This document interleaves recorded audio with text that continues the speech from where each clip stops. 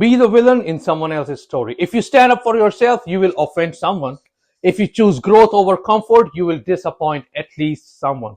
If you enforce your boundaries, you'll become the villain in someone's story. That's not a possibility, that's a guarantee. The moment you decide to grow, you disrupt the patterns others are used to. When you say no where you once said yes, when you prioritize goals over convenience, when you choose self-respect over people-pleasing, people will push back. It's not always malice, it's often fear. Your change forces them to confront their own stagnation. Your courage highlights their avoidance. Your evolution exposes their excuses. People fear what challenges their comfort. So instead of adapting, they resist, they criticize, they label you the problem. They'll call you cold for setting boundaries, selfish for choosing growth, arrogant for seeking more, unreasonable for not settling. But what they really mean is, your growth scares me, your ambition leaves me behind, your confidence threatens my control. If you try to be the hero in everyone's story, you'll betray yourself. You will water down your dreams, you'll silence your voice and sacrifice your standards. And even then, some will still dislike you, some will still misunderstand you, some will still walk away. People pleasing doesn't prevent conflict, it just delays it. Every leader, every creator, every visionary, they have all been the villain in someone's story. Steve Jobs was called impossible. Oprah was called ungrateful. Muhammad Ali was called arrogant. Rosa Parks was called disruptive. Standing for yourself often looks like rebellion to those who stand for nothing.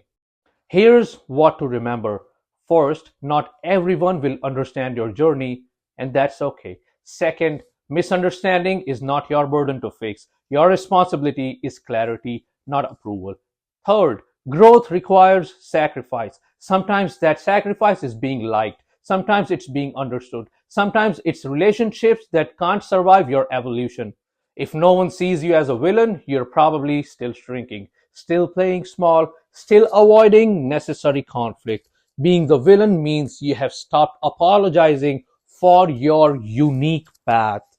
You have stopped diluting your purpose. It means you are finally leading, not following, creating, not copying, choosing, not compromising. Imagine living without fear of judgment, without fear of disappointing others, without fear of being called difficult.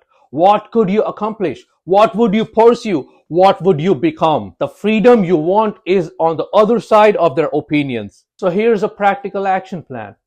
First, identify where you're compromising to avoid conflict. Second, decide what values and goals are non-negotiable. Third, accept that enforcing them will create resistance.